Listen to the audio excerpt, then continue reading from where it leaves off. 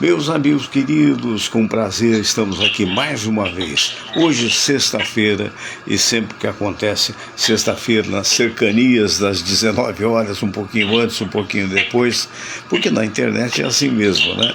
E na medida do possível, sempre com a sua presença. Eu quero agradecer às muitas pessoas que estão vendo a gente, que estão mandando recados, inclusive para o Dr. Silvio Provenzano, que é o nosso astro, por assim dizer, na sexta-feira. Você sabe, ele é médico dos mais conhecidos e é também um importante analista de futebol, já que até curso de técnico de futebol ele tem. Muito boa noite, doutor Silvio. Boa noite, Fernando. Você, como sempre, excessivamente carinhoso nos elogios. O carinho é verdadeiro. É aquele cara que só sabe que nada sabe. Eu acho que Pois é, eu acho que a coisa mais importante da vida é a amizade, né? E eu tenho tido a sorte de ter pessoas como você, queridos amigos, e que a gente sempre deve destacar, porque hoje é o dia, né? Como diria meu amigo Brizolinha, o Brizola, que foi até deputado, né? Mas começou, digamos assim, nas minhas mãos na época do Sistema Globo de Rádio. Eu lia o seu redator-chefe, e ele chegou ainda jovem, com 19 anos, hoje é um senhor, né? E ele dizia, o antes já era, né? E o amanhã poderá não mais chegar. Então o importante é hoje. Então sempre que puder, reconheça aquilo que está no seu coração, né? É a coisa mais importante da vida. Não há nada mais importante do que isso. Bem, é engraçado, eu ia começar com a saúde, mas chegou aqui pelo computador o João Carlos de Almeida. Ele mora no Flamengo, mas ele é tricolor, de 4 costados, como ele se classifica.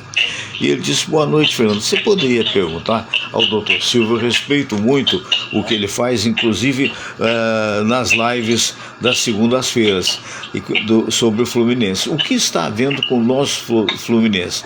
Sabe por quê, Fernando? O último jogo do Fluminense foi o pior 0-0 que eu já vi. Por que essas subidas e descidas?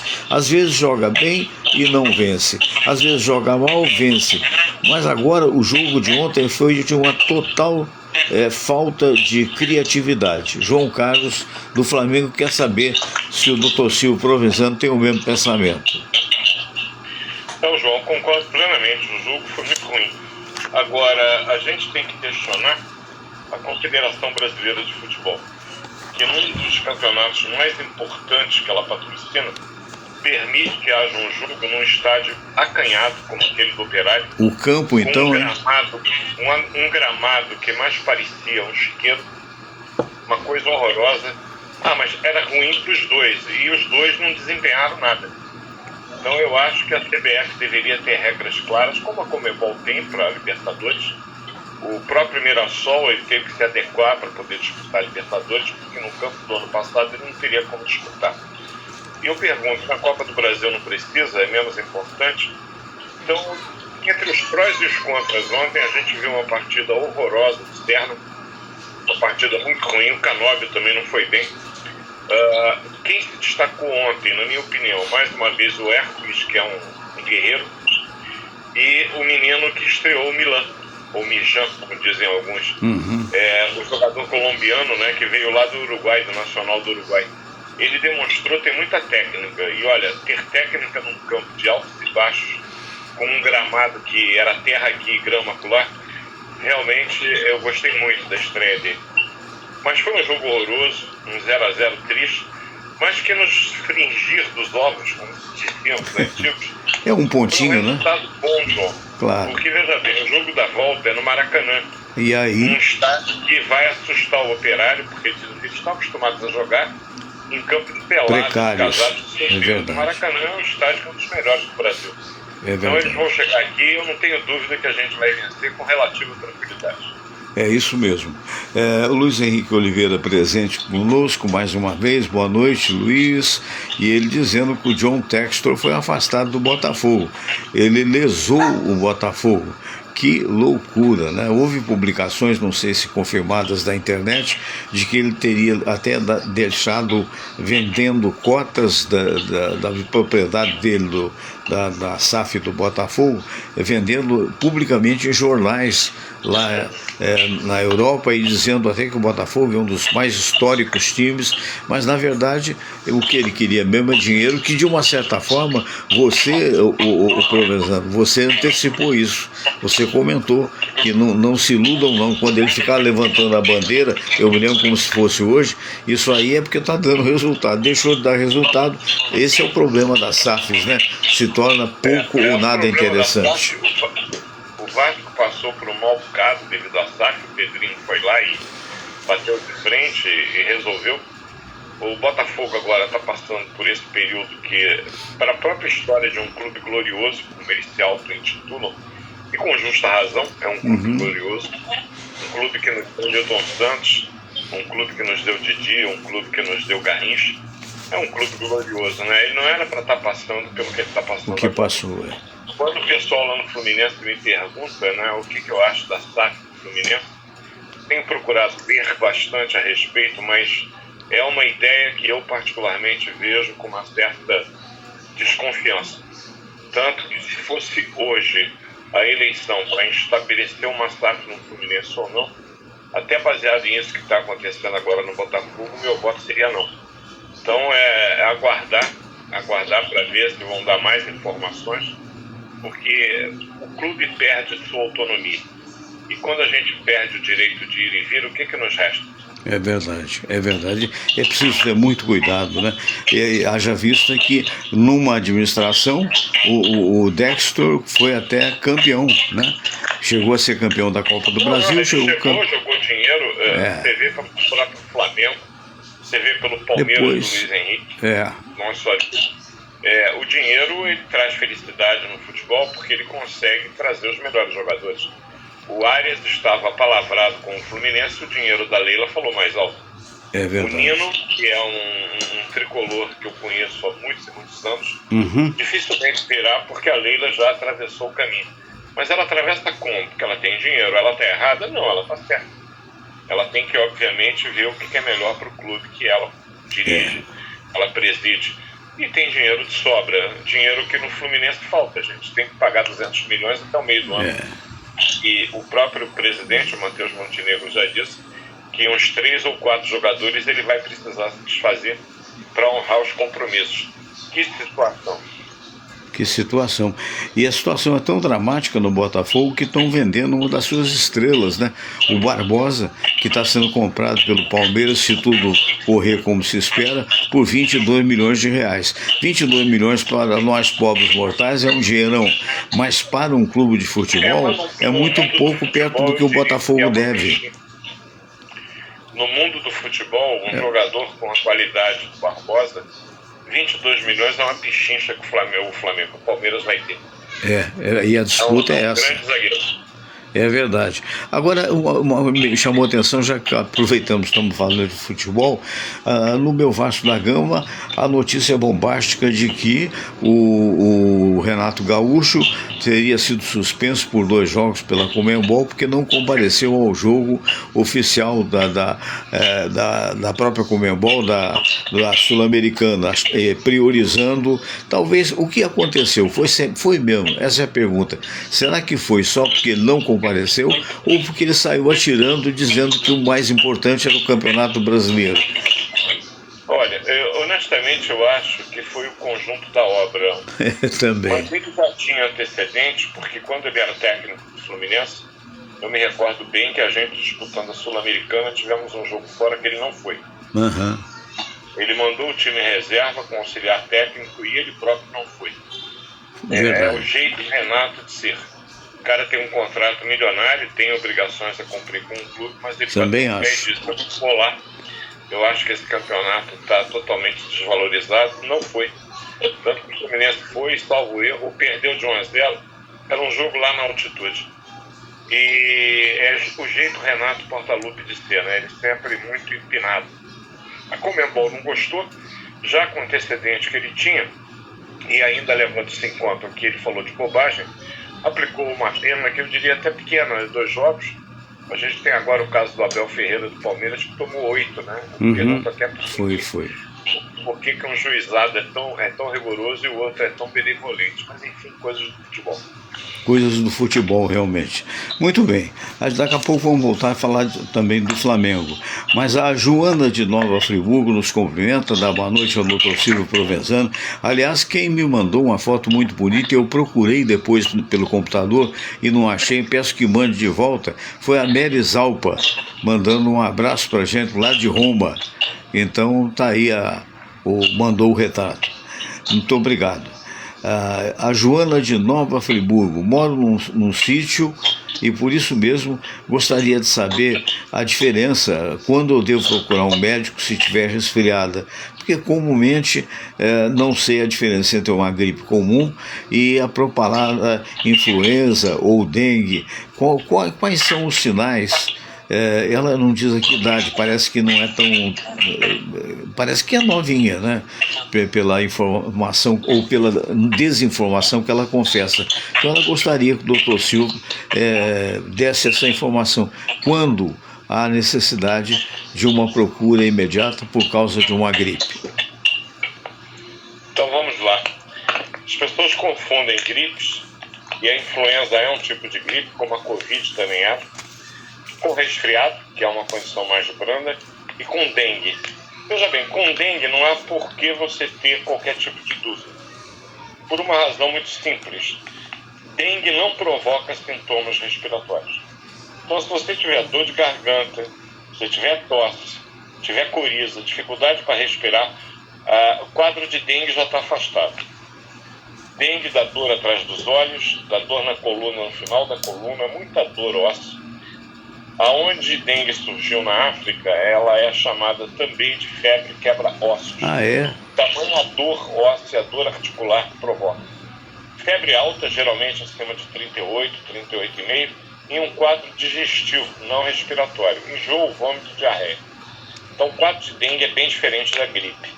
O quadro gripal é um quadro de febre, muita prostração, muita dor no corpo, dor de garganta, tosse inicialmente seca, tosse essa que evolutivamente vai ficar produtiva.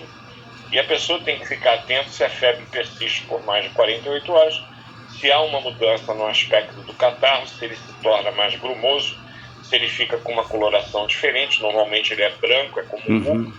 Se ele começar a vir amarelo esverdeado, o outro pode ter uma infecção secundária, uma gripe querendo se instalar uma pneumonia, onde a gente muda a nossa conduta. Porque tanto para o resfriado quanto para a gripe, não existe um tratamento específico. O que a gente faz é um tratamento sintomático, tirar os sintomas. Mas se instalar uma infecção bacteriana, dando uma pneumonia, a conduta do médico imediatamente deve mudar, ele deve prescrever um antibiótico. O quadro gripal ele é um quadro mais severo do que o quadro do resfriado. O resfriado geralmente é causado pelo adenovírus, pelo rinovírus, enquanto que a gripe é causada pelo vírus da influenza, que é o mais comum, tanto que a vacinação é obrigatória todo ano, porque o vírus da influenza ele muda sua conformação ano após ano, e é necessário que a gente tenha uma proteção. Mas eu me vacinei e peguei gripe, mas ninguém disse para você, se você se vacinasse, você não iria pegar. O que se deve dizer é, uma vez pegando, certamente você vai ter um quadro mais brando, porque aquela vacina que você tomou depois de 15 dias, veja bem, querido Fernando, 15 dias, antes de 15 dias, nada feito, mas com 15 dias, aquela vacina contra a influenza, que eu repito, todo ano é multiplicada de acordo com a cepa prevalente naquele ano. Sim. Vai formar anticorpos que vai reduzir o tempo de doença. Então aquilo vai ajudar o indivíduo que contraiu o vírus da influenza a se recuperar com maior rapidez. Isto posto, se é um resfriado, tipo coriza, uma tossezinha, uma dorzinha de garganta, provavelmente é um resfriado. Se esse quadro dá com dor no corpo, queda do estado geral, febre acima de 37,5, opa, já é uma gripe. De qualquer maneira, se você estiver se sentindo muito mal, procure um médico, que é o profissional que é responsável por tentar te ajudar, te identificar e te medicar. Perfeito, perfeito. Eu vou aproveitar aqui uma fala do Luiz Henrique Oliveira e vou acoplá-la, por assim dizer, com o Bento da Silva, que é morador lá de São Paulo. Também paulistano, né? O Luiz Henrique Oliveira disse: Vitor Roque retornou de lesão no jogo de ontem e sofreu uma nova lesão e só voltará após a Copa. E o nosso outro amigo diz o seguinte a respeito do Estevão. Falou que infelicidade, parece que ele é palmeirense também. Fala da situação do Vitor Roque e dias antes a lesão do Estevão, que era cotadíssimo para a Copa do Mundo e que se pergunta se é verdade que agora não vai dar mais. O Estevão era um dos nomes certos para a Copa. Com um quadro muscular grau 4, que foi o que eu li, né? A gente não tem acesso ao exame médico, ele deve ter tempo muito prudente. Mas uma lesão grau 4 normalmente requer 6 semanas. Sim. A 8 para recuperação. Ele não vai ter tempo de disputar a Copa do Mundo. Entendo. Uma pena, mas é um grande jogador. É verdade, uma promessa e novinho, né? Novo para Dedéu. Mas tem outro palmeirense que provavelmente vai abocanhar a vaga dele, que é o Endrick. Que é o Endrick, bem lembrado. O Lívio Antunes, de Uberaba. Alô, a turma de Uberaba, em Minas Gerais, muito obrigado pela participação. Fernando, um abraço para o Dr. Silvio Provenzano, e é muito simpático através do vídeo. Muito bem. Tenho 42 anos e vou ser franco para você, eu encontrei tudo pronto. Meu pai teve 2 fazendas e ele veio a falecer a questão de um ano, portanto eu sou herdeiro. E eu não posso me queixar da vida, porque tudo já funcionava, é só manter, digamos assim, as 2 máquinas. No entanto, o grande problema que eu tenho é o medo da violência. E naturalmente há 2 anos praticamente não saio de casa. Quer dizer, não naturalmente para mim, diz ele. Fico apavorado com essas notícias de guerra. Eu perguntaria ao Dr. Silvio, que é uma pessoa, aliás, como você também, são pessoas mais vividas, já devem ter passado por momentos de dificuldade na vida, se a humanidade está ficando doida. Olha, é uma pergunta difícil e ao mesmo tempo fácil de ser respondida. Evidentemente que alguns valores estão totalmente invertidos, né? É verdade. A gente está vivendo um tempo onde os valores antigos de espiritualidade, eles estão ficando no plano secundário. Infelizmente. As coisas estão materializadas demais. Você que tem um patrimônio invejável, evidentemente que deve ter suas preocupações, as quais, obviamente, eu não tenho nem como negar que são de fato reais. Mas se isso começa a te prejudicar a qualidade de vida, a minha orientação como clínico geral, procura um psiquiatra. Porque alguns medicamentos químicos, eles podem atuar no teu sistema nervoso, minimizando os efeitos. Aliás, cá para nós, que ninguém nos ouça, todo mundo nos ouvindo, com a força que tem o Fernando Certo, bastante justificados. Porque eu, por exemplo, tenho uma vida muito simples, até porque ao médico não é dado a ele a possibilidade, a menos que ele seja dono de uma clínica, a menos que ele esteja dono de um hospital, que nunca foi meu caso. Eu venho de uma família humilde, pais comerciantes, avós comerciantes, estudei só em colégio público e trabalho principalmente voltado para o SUS.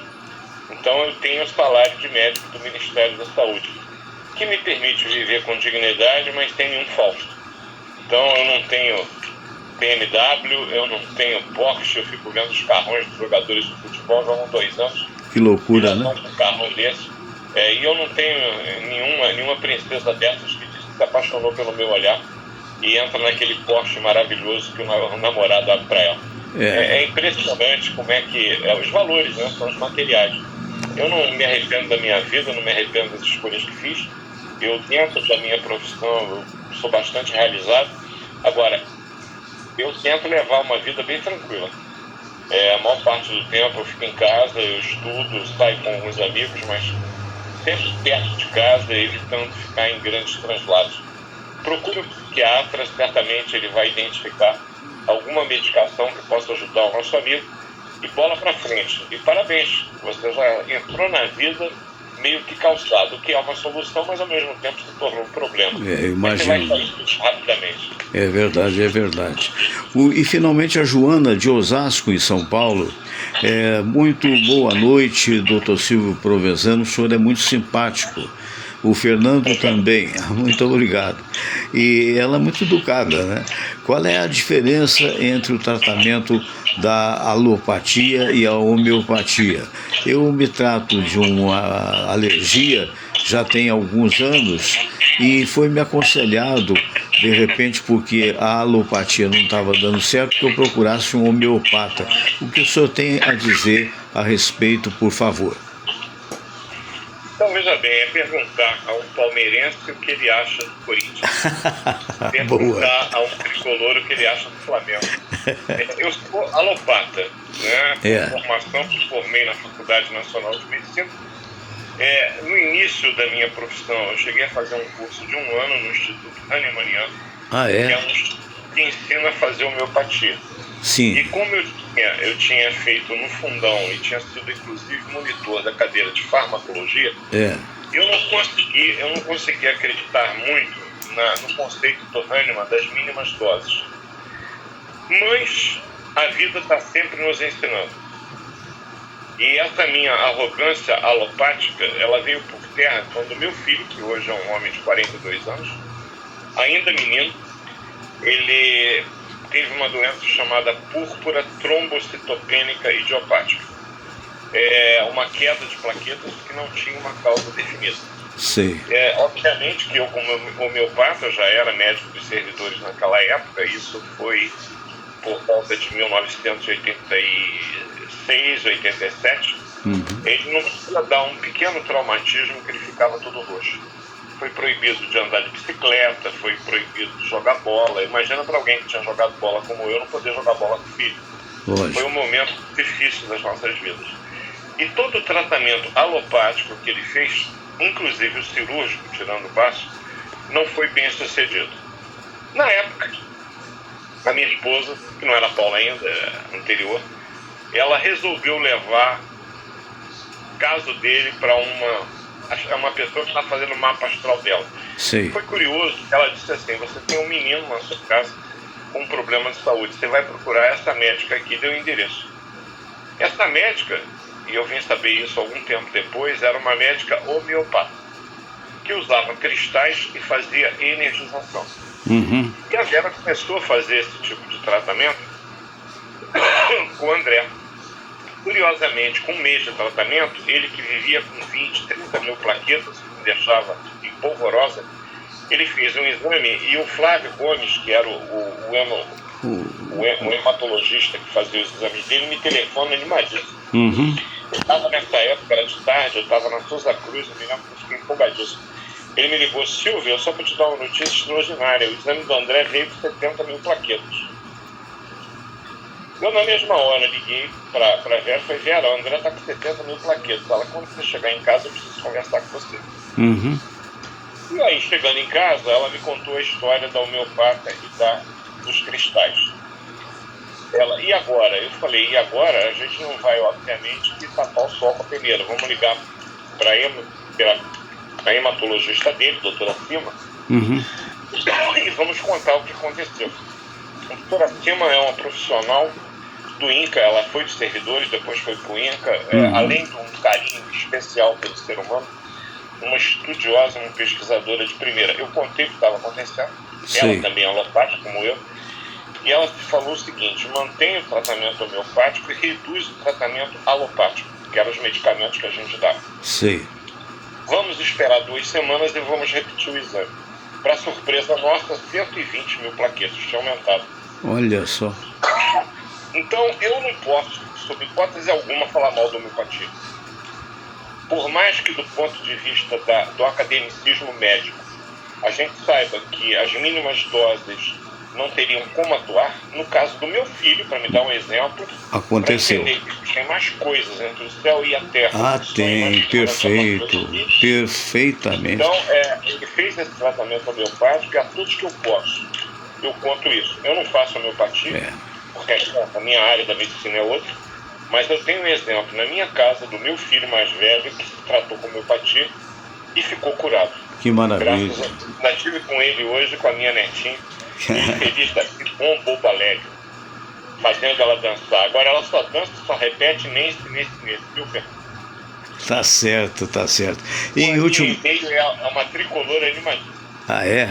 Em última análise, cada caso é um caso, né? Quer dizer, aquilo que eventualmente funciona para um, necessariamente, né, não funcionará para Não, outro e mas vice-versa. os meus pacientes hoje em dia, eu atuo da seguinte forma: doutor, eu tomo homeopatia, continue. É. Ponto. E não conflita. Não há nenhum tipo de conflito. Muito bem. Doutor Silvio, foi uma honra tê-lo aqui mais uma vez. Um grande abraço para esse querido amigo aí, viu? Para a Paula, para a família bonita que você tem. E se Deus quiser, na semana que vem estaremos juntos às 19 horas de sexta-feira. Tudo bem? Se Deus quiser, um beijo para Maria P. Fica com Deus também, Fernando. Bom fim de semana. Obrigado, querido. E que bom que não deu tempo de falar daquele time ali da Lagoa. Beijo, tchau. É verdade, é verdade. Mas continuam ganhando.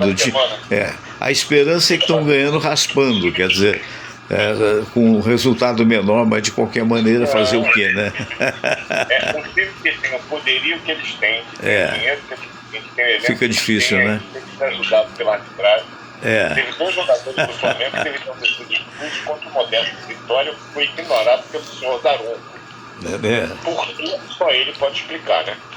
Mas enfim, coisas do futebol brasileiro. Fazer o quê? Forte abraço, meu amigo. Boa semana a todos.